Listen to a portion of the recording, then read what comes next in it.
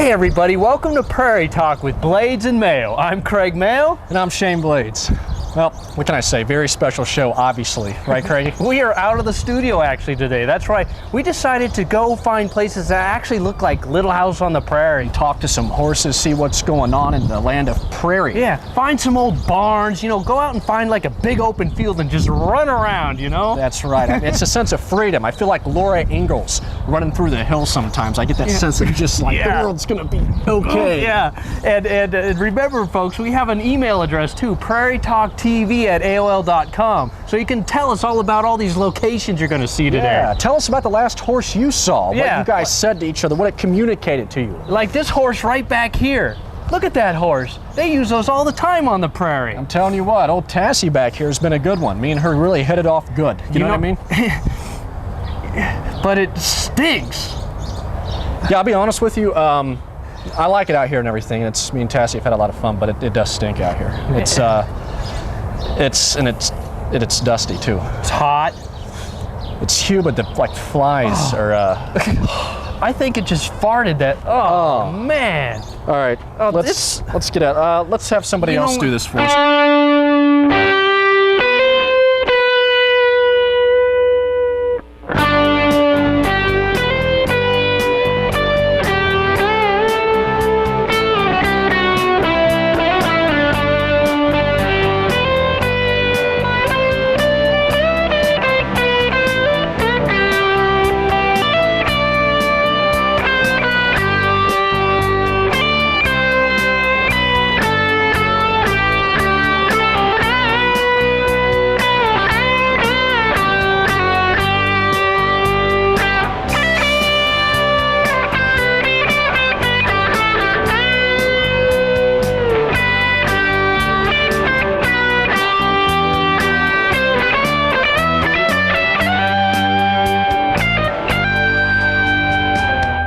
Hey everybody, and welcome to Prairie Talk with Blades and Mayo. I'm Shane Blades. And I'm Craig Mayo, that's right. We got a very great episode today. That's right, we got our field reporters. That's right. I mean, Prairie Talk itself is actually taped here in Los Angeles. Van Nuys to be specific. It's not anywhere near the prairie, is it, Craig? No, it's kind of a cement and jungle here. Yeah, that's So it's almost like Little House on the Prairie of LA. It's like the concrete version of Little House. But that's why we actually initiated some Prairie reporters.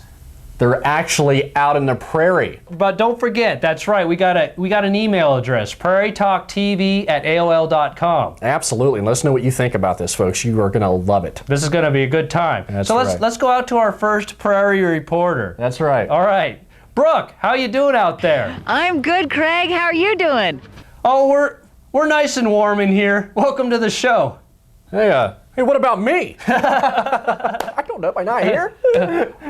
Well, it's good to have you here. Oh, thanks very much. It's good to be here. I'm glad you guys are warm. Hey, thanks for doing this for us. It's really my pleasure. Being out on the prairie can sometimes be a little bit cold. So I'm glad you guys are toasty. Oh,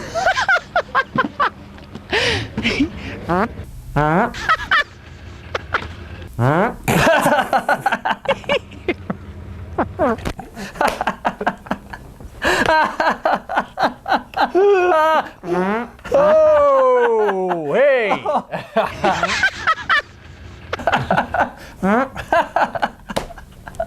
So it's pretty blizzardy out there, huh? I'm thinking, yes, you're right, Craig. It is darn blizzardy out here. And it makes me think of that episode. You know the one I'm talking about. Oh! We know what you're talking about. That's right, the blizzard. It was a tragic, tragic episode where the Ingalls and their townsfolk had to fight nature. And that's exactly what I'm doing right now. I'm fighting nature.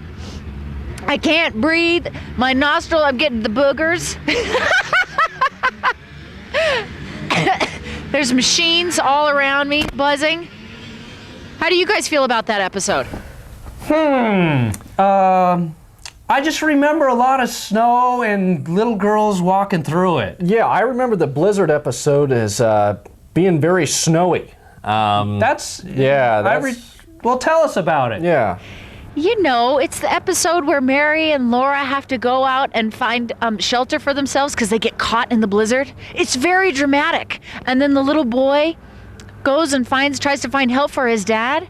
And you know what happens in the end. Oh, no, we know. He loses his father. Duh. That's right. He loses his father. Well, Brooke, we only really see the episode on television, so it just is, to us, it's just kind of like, I mean, I can feel the episode, but I'm not really in it, you know? Yeah, why don't you tell us what it's like, you know? I mean, you're out there. What is it really like? Details. Well, I can tell you right now that the wind is very, very cold. And there's pieces of snow flying into my face, up my nose, into my eyeballs, into my mouth. So you can only imagine, Craig, what that feels like. If you were to go into your refrigerator, into the kitchen, and hit the ice chipper and then throw it in your face, or maybe Shane could actually throw some ice chips in your face, you too could experience this. Wow, thanks, Brooke, and we'll see you at your next assignment. Okay, guys, you take care. Now stay warm. That was a very educational It piece, was. I enjoyed that very much. Very much. And I think Brooke has even more for us. Oh, yeah. That's right. Come in, Brooke. Come in. Come in. Come on. Hi, this is Brooke, the Prairie reporter, and I'm here with, your name is? Ron from Canada. So you're Canadian. Hey. Hey, and do Canadians watch Little House on the Prairie? Yes, we do. We just happen to love that show. Oh yeah, tell me more about how you feel about it. Wow, it's all about farming and living the nature's way, the way it should be, like our forefathers did many years ago. Wow, now do you suppose all Canadians feel that way? No. Just you're kind of special. Yeah, exactly. I am special. Do you have a favorite character? The dog. He Now never- there's a new one. Man's best friend is his dog. Hey, Brooke. Oh yeah, Craig? Hey, ask him what he thinks about not having any Canadians on the show. Okay, I will. How do you feel about not having any Canadians on the show? It's the exchange rate that kills us. Can't afford them. All Americans. We're making sense out here on the cold prairie. Thanks for talking to me. Nice having me out here. Back to you guys. I love it when she does that. That's funny. Oh, man, I'll tell you. Well, while she moves on, let's go to our other Prairie reporter, Kara. That's right. She's covering. You know who she's covering. Kara covering Carrie. That's right. How you doing out there, Kara? Hey, thanks, Shane and Craig. It's good to be here. Hey, Kara, so have you ever wanted to be an Ingalls child? It's been a lifelong dream of mine, but no, I never made it, never was in the family or even part of the family. Haha. So, Kara, where are you? Well, I'm on top of a hill, actually, and it reminds me of, a lot of people don't pay attention to little Carrie. She's the baby of the family, and you can see how she just kind of gets run over throughout the series and throughout the entire story. I'm up here on this hill, and it reminds me of the beginning opening when the girls are running after the parents and Charles and Laura and everybody else. And Carrie falls. She falls flat on her face, if you ever noticed that, but nobody stops to help her. Mom and Dad aren't there. Can you imagine what a psychological misfit this turns her into? Because where were her family? Where was her family when she really needed them? I've always wondered that question, and I'm sure many other Americans out there have too. So how do you think she was affected by it? Oh, I'm sure it probably tore her up. She probably got picked on in school. She probably had psychological torture because of the fact that, she was always kind of the last one. She didn't get blind. She didn't go blind. Like Mary, she wasn't the princess of the family at all. I'm sure it totally messed with her head completely. You could never understand her either. He never could. She kind of had a lisp through the whole time that she was there. Hey, Kara, could you do the impersonation of poor little Carrie? Of Carrie, definitely. It's very unintelligent. It's more like a, Mom, would you comb my hair for me? It's I do that rather well. It makes you kind of wonder about me sometimes. I don't know. Oh, we wonder about you. We really do. That's right. Oh, unless you do another impersonation of Carrie at the opening. Yes, the opening, the actual falling, and you can see what actually goes on. All right, I'll set down the mic so we don't ruin that. And she's running through the prairie, and there's actually it's a little knoll right here. Oh, Hey. wow. Man, a fall like that, I feel like we're on network TV, huh? That's right. Kara, you really go all out. Hey, definitely. I'm always here for you. Well, listen, thank you, Kara. Hey, thanks, Craig and Shane. Take care. Thank you. And while she's going to her next location, let's go catch up with what Brooke's doing. Yeah, Brooke, Hey, Brooke, how you doing? I'm good, guys. How are you doing? Oh, it's still nice with our log fire. Toasty. Warm. That's nice. Glad to hear it. Well, I'm down off the mountain now, out of my blizzard conditions, on my way to my next location, a place I think you two are really gonna like. And I'm just thinking to myself, you know, it's pretty nice traveling down this smooth road with the beautiful views. I'm kind of cozy, nice fuzzy seat, and this sure beats the heck out of a covered wagon. Do you know what I'm saying?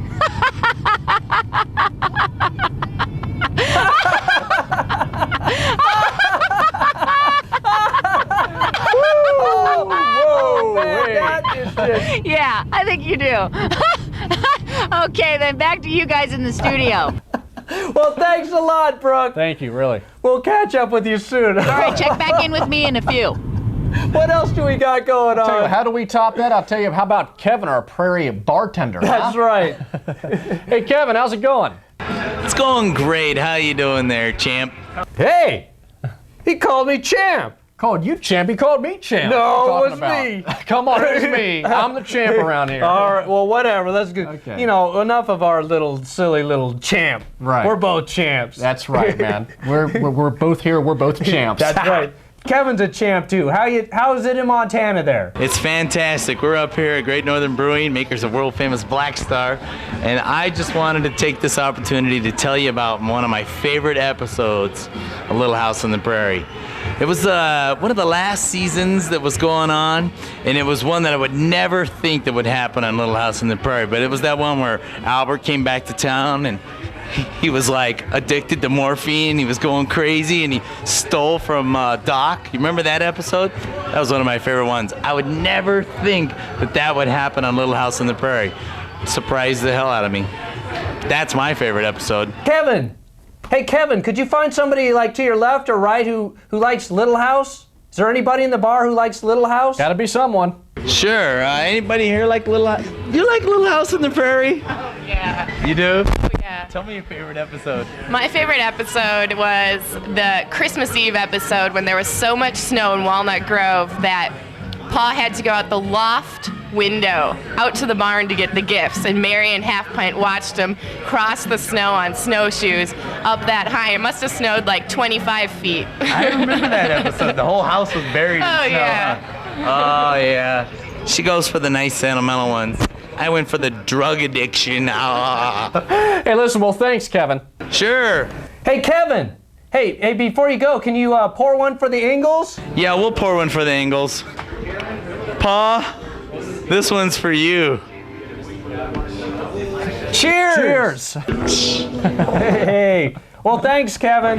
Thanks for coming by. That really looks like a fun bar. I tell you what, hey, you better keep Mr. Edwards out of there, huh? He'll drink everything. Oh, wow. Well, let's get back to our Prairie roving reporter. Right, Brooke. That's right. You know who Brooke is. That's right. So let's go back to Brooke. Hey, Brooke. Hey guys, how's it going? Oh, we're still on the air. Yeah? Well, I think you're going to like where I am. I am at the little country store and post office. Yeah, feeling the love. And it makes me think of the Olsons. And we haven't really had a chance to talk about the Olsons in depth, particularly Nels, who I worry about, because he's the only abused man in Walnut Grove. That wife is terrible. And those kids? Brats. And what do? They walk all over him. Yeah, that's what they do, is step all over poor little dad and steal the gumballs. That's not right. And they torture those little Ingalls kids who are just sweet and love their parents so much. It's really quite sad. They have dry goods. I wonder if they have dry goods inside. I wonder if they have candy for $1. They do have some signage over here I'd like to show you. Right here, pistachios, $3.99 a pound. Cashews, $3.99 for a 13-ounce pack. That's incredible. That's not a penny. What do you suppose you'd pay for cashews in Walnut Grove? What do you think, guys? I'd pay a nickel. I don't know. I think I'd pay like 20 cents. 20 cents? That's a big gap. You can't pay that. I mean, like, it would be either like 5, 6, or cents. We gotta find a happy medium because that's like buying a carriage and a brand new car in those days. No, they needed those back then, Craig. All right. I don't know. What do you think? Well, a happy medium. Let's say what? 10 cents? 10 cents. Okay. All right, 10 cents. Hey, 10 cents. Yeah, probably. $3.99. That's insane. What do you suppose you could get for a penny in there? Nothing? Yeah, nothing. Yeah, that's right. Nothing. Although I do think they have some gummy candy. Should we check it out? See if there's some gummy candy? And maybe we can ask the owners if they'll change the name. You suppose they'd change it to Little Country Store on the Prairie? Let's go find out. All right, thanks, Brooke. That was a really nice store. It was. I love the signs in front of that store, and I just loved the whole feel of it. It was a little house feel, if you know what I'm saying. Yeah, I know what you're saying, and I really hope she gets that store owner to add Prairie to his store. That's right. That's right. Thank you so much, Brooke. All right, guys. I can't wait till she does her next piece. I'm telling you what, that girl is a genius. I know. She just brings so much to this show. I'm so glad to have her on the show. God bless Brooke. That's all I got to say. Well, next we have our Prairie musical correspondent. That's right. You know who that is, don't you, Shane? Absolutely. Leslie. Leslie. Hey, welcome to the show, Leslie. Thank you, Craig and cute Shane. Oh, are you shy? Do you want me to ask her? You just ask her, okay? All right, I'll talk to her. Leslie, where are you today? I am in beautiful, sunny Montana at Jones Music and Sound. Hey, that's excellent, but you know what? Pa has the best fiddle playing in the world. Don't you agree with me, Shane? That's right, man. Immaculate. I mean, every time he fiddles, everybody dances. It's perfect. I just get up and dance myself. I know. I know. He is just the best fiddle player. Now, Craig, that is where you are wrong. Wrong. And I'm going to show you why. What? What? Why isn't he? Come on. That guy is like, he's perfect. Musical. Genius. Hello. Why is he not? Well, first of all, I don't know if anybody in the whole world knows anything about fiddling, but bowing is not a plant in Seattle. It is a very crucial and fundamental part of music. And when you watch Pa, if you know any little tiny bit about music, you would know that very often his bowing is completely off from the music. And I just have a problem. You would think that Little House on the Prairie would have enough of a budget to have Pa sit down with a music consultant, show him up bow, down bow, because sometimes the music is going ba-ba-ba-ba-ba-ba, and he's just drawn one long bow, and that is not right. It really ticks us off up here in Music Land, where we know how to fiddle. Well, they were always dancing when he was fiddling. Well, that's because they're stupid. Well, could you show us some fiddling? I can show you some fiddling, honey. Jones, take over. This is a fiddle. This is a bow. Let's see what kind of condition the fiddle is in.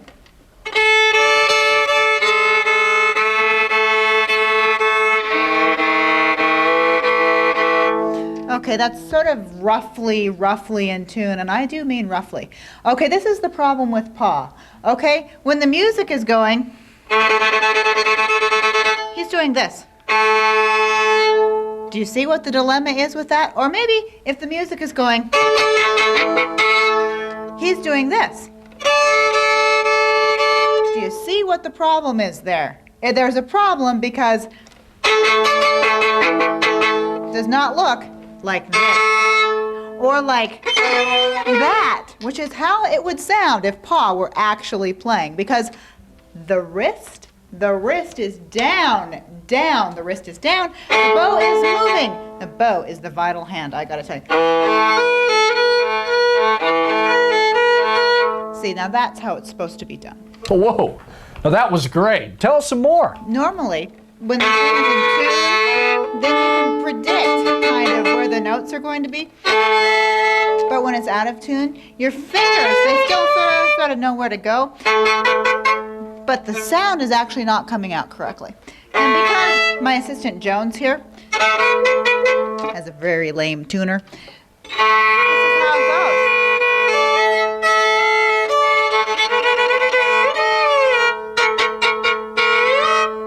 There you go.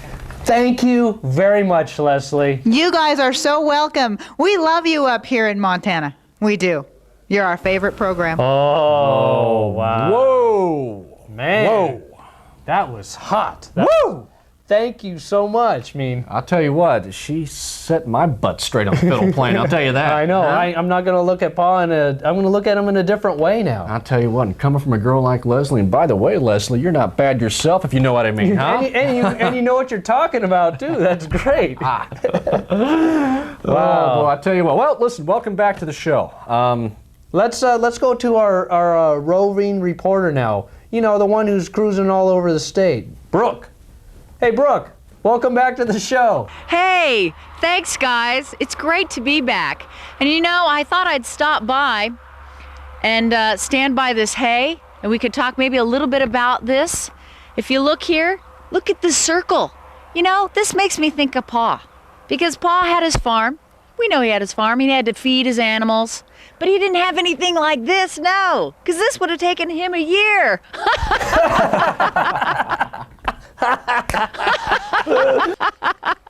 Yeah, it probably would have. So he had to kind of scoop up his hay and cast it out to his critters. And then I started thinking about Ma. And maybe what did she do with the hay? And I think to myself, crafts. Yeah, a lot of crafts. Maybe some corn husk dolls. Do you remember when they made the corn husk dolls? And maybe they used some hay for hair or little limbs.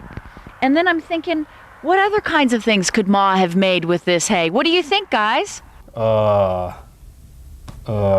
Maybe she,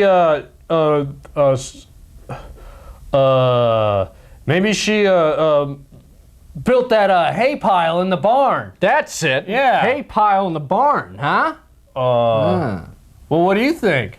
I think she used it to build a hay pile in the barn. Yeah. I mean, what else could you use hay for? Come I don't on, know. hay's for horses. It's a little joke of mine. Well, Brooke, could you do an impersonation of good old Pa there and put some hay in your mouth? Come on. I'd be happy to. So I'm Pa, and I'm hanging out with Half Pint and the kids. What do you think? You look hot. Woo! Yeah. Wow. Psst. Oh, you look hot. That is just. Oh, yeah. You're lucky I'm over here. Hey! Thanks, guys. I appreciate that. I feel hot. I feel even hotter with the hay. Woo! Boy, she does look hot, huh? And God, come to think of it, actually, she looks a little bit like Ma. I know. I agree with you. And those big hay bales behind her, that was a really good thing. I mean, I didn't know you could actually use hay and put them in corn husk dolls. That was good. Who would have thought, huh? I don't know. Who would have thought? She did. Learn something new every day. Yeah. Well, let's go back to Kara because Sure. she was going to show us some more. So you all remember Kara. So let's bring her back. Kara. Hey guys, thanks for having me back. How you doing out there? We're doing very well, and I was driving by and I saw this barn, and I wanted to stop because it reminds me of the episode where Nellie has a secret club, and she asks, it's only for girls, and she asks Laura to join it with her. And at one of the meetings, Laura actually takes Nellie's music box, and Laura feels so bad about it, and then she takes it and she brings it to her family barn, and she goes up into the loft and she listens to it. She can't express it with anybody else. She just stays at the loft and listens to it. Now, maybe if we're quiet, we can actually hear the music right now.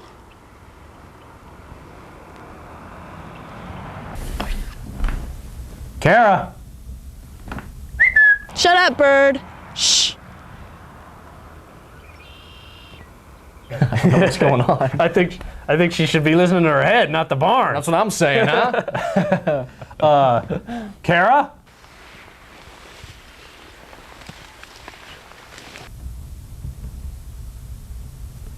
Can you hear it? Can you hear it, guys? I don't hear anything, do you? I don't hear anything.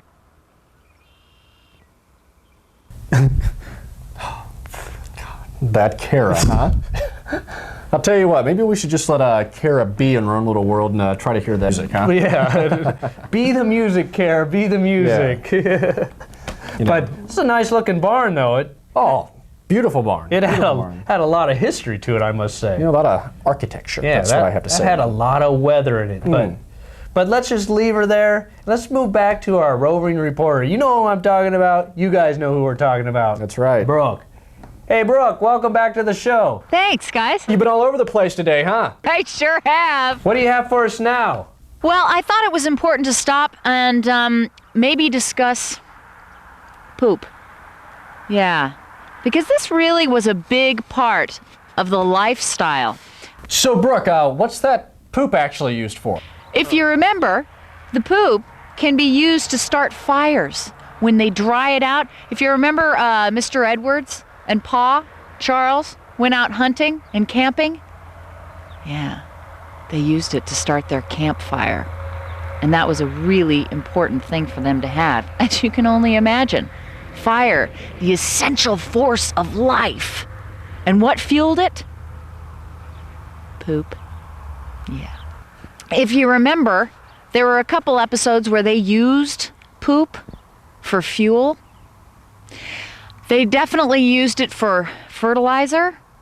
And up here, yeah, you know what we use it for? Hacky poop. Ha! Ha! Ha! That Brooke, man. Hacky poop. Who would have thought of it?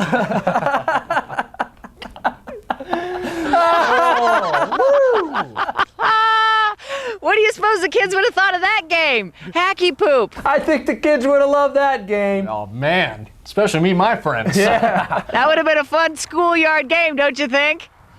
Hey, we're going to play right now, huh? You two have fun. Brooke, bye. Thanks, Brooke. We'll see you next time. Bye. Bye. Okay. Well, what a great show. Thanks, everybody, for watching our show today. That's right. Listen, Prairie Talk TV at AOL.com. Don't forget to email us. Tell us your suggestions, thoughts, anything about this great episode today and all the others we have also. Yeah, and I hope you enjoyed the real being on the prairie and got a kind of a feel for what was going. So, hey, I can't take it no more. Let's go play Hacky Poop. Hacky poop. Hacky Poop. Hacky poop. Prairie Talk. All right, see you later.